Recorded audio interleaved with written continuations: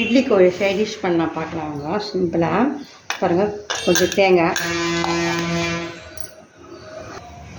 உடச்ச கடலை, கொஞ்சம் ஜீரகம், காஞ்ச மிளகாய் போட்டு அரைச்சிக்கலாம்.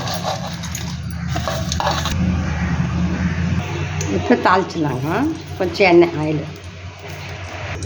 கொஞ்சம் கடுகு, பச்சை மிளகா ஒரு 2 பச்சை மிளகா, கொஞ்சம் வெங்காயம், கறிவேப்பிலை நல்லா வதக்கிடலாங்க. ஒரு 2 தக்காளி போடலாங்க.